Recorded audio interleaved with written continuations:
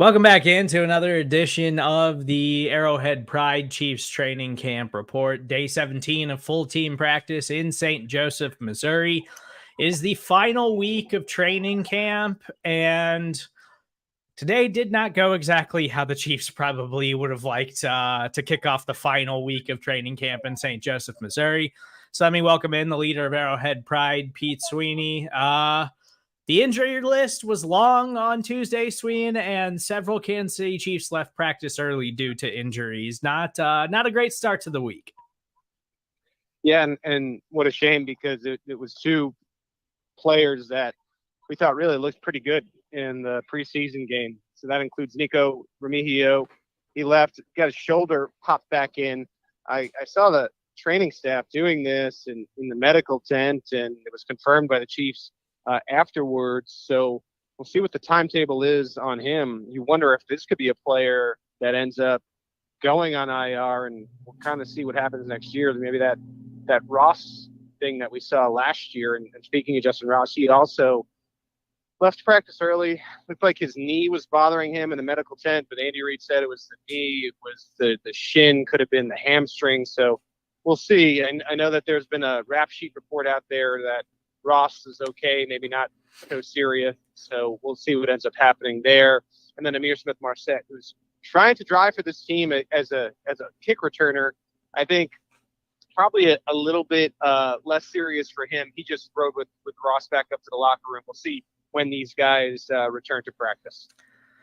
Yeah, so not ideal, the final week of training camp, especially for these guys that have been grinding to make the roster all throughout this extended Chiefs training camp, and to get to the final week and get injured is just an absolute bummer for the Kansas City Chiefs. And for these players, I want to mention, and we'll get into this a little bit more, but Andy Reid confirmed the tight end Jody Fortson is scheduled to have shoulder surgery. He is being placed on IR. That's going to end his season going on IR in the preseason for the Kansas City Chiefs. Major bummer for a guy who has struggled with injuries during his time here in KC. Still no Chris Jones. Cornerback Nick Jones, also out of practice. Andy Reid confirmed after their preseason game that he fractured fingers in that game. So it could be a while before we see him again. He's also a late round pick who might be on that roster bubble. Cornerback L'Jarius Sneed, also out of practice. Kadarius Toney, Turk Wharton, and safety Mike Edwards. But I want to get back into Jody Fortson, Pete, and we'll get into the wide receiver injuries a little bit more too. But hopefully none of those are serious, like season jeopardizing types of injuries. But it's a pretty big bummer for Jody Fortson, a guy who's been a really great story for the Kansas City Chiefs, and who, when given opportunities and when been able to stay on the field, has shown that he can be a contributor. But now the injuries just continue to pile up for him as an individual, unfortunately. Yeah, completely agree. It's a player that we've seen glimpses of, and in the glimpses, you're just like, wow. I mean, he really looks the part of an NFL tight end, a true red zone target. Patrick Mahomes really liked him as that. I mean, he liked him so much that he would say things like, we need to get him more action in the middle of the field. Always ended up being this red zone target for Kansas City. And yeah, this ends his season in KC. It goes on IR.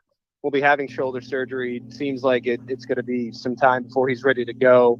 I know there are special rules within the NFL where if you waive him with an injury, he can be potentially available to another team. If enough time passes, the Chiefs could end up signing him. So we'll see what happens from a transaction standpoint. For the purposes of this, I mean, he's not going to make the Chiefs 53-man roster, and he's not going to be available for a long time. And that's why you see them do this. And what I think is worth noting here is, and of course, we want to see Jody back as soon as possible. I think that goes without saying. But I'm not sure if he was necessarily going to make the roster even if he was healthy. When you look at who the Chiefs have now in a Rashee Rice, who's a big target, in a Justin Ross, who, again, you hope that is healthy enough to return here and be okay. It's a 6'4", the same as Jody Fortson, maybe a little bit lighter. And I think Justin Ross could become that red zone guy for you. And we had already said we're pretty sure the Chiefs are keeping 7 receivers. So I wonder if Jody Fortson was even going to have a role on this team. Regardless of that, we know he won't be part of the team now, and hopefully he can recover as soon as possible. And if it's not making it in Kansas City one day down the road, it's making it somewhere else. So long as that isn't the AFC West. Yeah, and this is absolutely not how you want this to happen. But for a team like the Chiefs, we spent all training camp talking about the depth on this team and how they're going to have to make some tough decisions roster wise when they cut down to their 53-man roster on August 29th. And so this maybe opens up an opportunity for somebody else. Again, you hate for it to happen this way, but it's a significant move for the Kansas City Chiefs and what was going to be a kind of deep position group, anyways, for the tight ends. And then you get into the wide receivers. So we already mentioned the injuries today. And again, Ian Rappaport of NFL Network reports that it doesn't seem like it's a serious injury for Justin Ross, so Chiefs fans can calm down until we get a little bit more clarity. Hopefully, we'll get an update on that injury later this afternoon or something. But not what you want to see the final week of training camp in St. Joseph, Missouri, with Justin Ross, Amir Smith-Marset leaving, and wide receiver Nico Remigio also leaving practice. And Andy Reid confirmed that he's dealing with a shoulder separation, I believe. So, and he had a big preseason showing. So you really hate to see that for him as well as Justin Ross. Yeah, I wonder what happens here because if you look at what happened with Jody Fortson, he had his shoulder popped back in, similar to Remigio, and now he's on injured reserve. And so you wonder what the implications of that are. You wonder if there is surgery involved. We just don't know right now. The injury is so new, but if there were to be surgery, maybe Remigio would be this redshirt guy that the Chiefs put on IR and we look toward next year. But I think it's too early to tell right now, and we'll have to wait and see what happens with these particular players. We'll be back up here at practice at 9:15 tomorrow, so we'll see if any of them are back on the field. I tend to think the Chiefs will hold off, just considering how long it is until the regular season. And that wide receiver room, obviously still deep, obviously still a lot of bodies. And I think at this point in training camp, Kadarius Toney is kind of becoming that forgotten guy, just because he got hurt literally the first day of training camp and has not been back on the practice field. And so we aren't really talking about Kadarius Toney, who is a guy who's predicted to have a huge role in the offense because he just hasn't been on the field. And we've been paying attention to all of these other guys. So those guys getting hurt today, it's a bummer, but hopefully it's nothing serious. And again, going back to that Chiefs wide receiver depth, Richie James and Rashee Rice, after both looking James more than Rice, but Rice had a couple of nice catches against the Saints, and Richie James obviously had the big catch from Blaine Gabbert and then the touchdown pass. It seemed like they were getting a little bit more work with the ones and Patrick Mahomes today. Yeah, it was easy to tell early on in practice that the Chiefs are going to be trying to give them even more opportunities, and I think they're mixing and matching right now and finding out who they want to give most of the playing time in the wide receiver room to. I still believe Justin Watson is going to be in that mix. I think we know it's going to be Marquez and Sky Moore.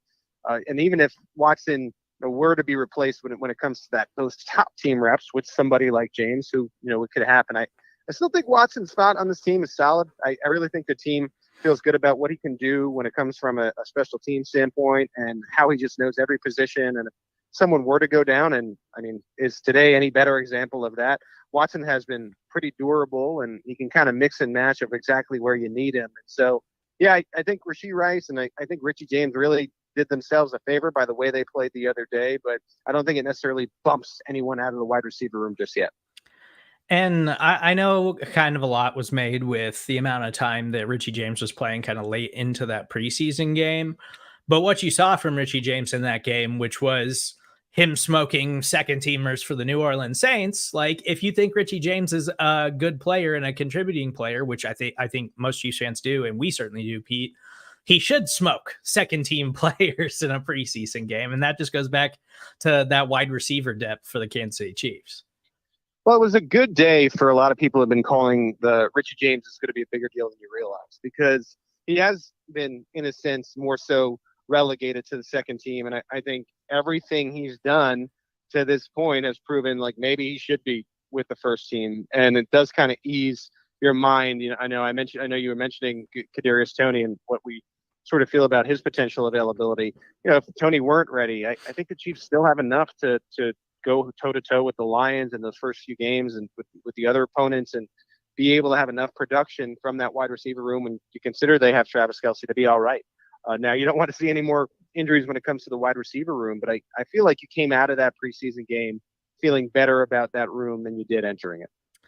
Yeah, and having these practice injuries, obviously it's the NFL, and guys are going to suffer injuries. That's inevitable. But I think we even saw in the preseason game how cautious the Chiefs are with these guys, and like we just want to get to the regular season and be healthy with as many bodies as possible. And we'll probably continue to see that. Freak injuries just happen in the NFL, so it was kind of a tough day on Tuesday in St. Joe, but that stuff happens. The Chiefs are going to do their best to manage these things, and hopefully these guys will be back on the field, and we'll get that full complement of weapons moving forward here in the preseason as we look ahead towards Saturday night's preseason game against the Arizona Cardinals. Last thing for me, Pete, nothing really on the defense today, but I want to focus a little bit more on the Chiefs running back room. And I know you mentioned that LaMichael Pirine was getting a little bit more work with the first team offense today. And we saw Clyde Edwards-Helaire get the start in the Chiefs' first preseason game against the Saints. But we know McKinnon's not going to get a lot of action during the preseason. Isaiah Pacheco's not available just yet. Deneric Prince was heavily involved and getting a lot of looks in the preseason game. But just judging off of these running back contracts that we're seeing, and we saw Ezekiel Elliott sign with the Patriots yesterday, Dalvin Cook signed with the New York Jets. These veteran contracts I think are a little bit higher than most people assume they were going to be, just depending on how teams pay running backs now. And I'm starting to wonder if we're going to see a lot more of Clyde here in the preseason as a potential trade piece now, that he's going to be cheaper than a veteran like Dalvin Cook, who just signed a 1-year, $6 million deal with a bunch of incentives for the Jets. Right. And look no further than in New Orleans. Like I understand Clyde Edwards-Helaire is from the area, and I understand that it was a little bit of a homecoming for him. And you had people there. It was still 4 of the 6 plays that you were able to run with Patrick Mahomes. You devoted, and they were all at the beginning of the game. So making sure that you got him in. And the funny thing is that the New Orleans Saints had just hosted an old friend, Kareem Hunt, and he ended up leaving town without a deal. And so you just wonder, like, were the Chiefs running Clyde out there in front of Loomis, the GM, in New Orleans, and saying, let's see if we can showcase him a bit and get some interest drummed up for a potential trade. Now, you go back to 2013, the Chiefs have kept 4 running backs or more 5 of the 10 times at the 53-man roster deadline. So that's something that they are considering. But 5 times they didn't, right? They kept 3 or fewer. And so you really just wonder what they're thinking is here. Clyde has been getting a lot of run with Isaiah Pacheco sidelined. And if you keep seeing that throughout the preseason, I just wonder what it means. And you make a great point. I think Clyde's hit is like $3 or $4 million in the last year of his rookie deal.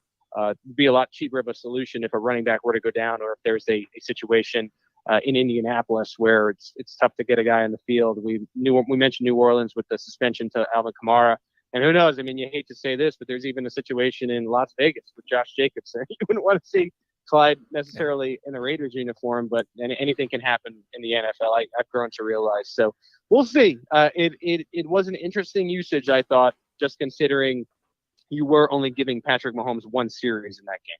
Yeah, there's still veteran running backs out there like Leonard Fournette, and you mentioned Kareem Hunt, who I think they're going to look at those Ezekiel Elliott and Dalvin Cook contracts and say, well, we want something like that. And if Clyde's a cheaper option, I think we could see him get a lot of run on Saturday for the Kansas City Chiefs. And I don't think we should rule out the Chiefs possibly trying to move him for a late conditional pick or something like that, like they've done in the past with Carlos Hyde.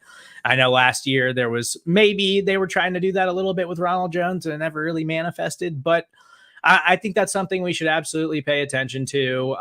But we'll find out more on Saturday when hopefully we see more of these starters and see how they're deployed against the Arizona Cardinals. If you guys are listening to us on the podcast page, I want to remind you, stick around after the break. We'll hear from Andy Reid, wide receiver Richie James, Rashee Rice, and linebacker Nick Bolton. As always, please make sure you subscribe, rate, and review everything that we're doing here on the Arrowhead Pride Podcast Network. Follow all the training camp coverage at arrowheadpride.com. Follow Pete on Twitter at PG Sween. It's the final week in St. Joe, so make sure you're locked in right here for the next couple of days. We will talk to you guys tomorrow.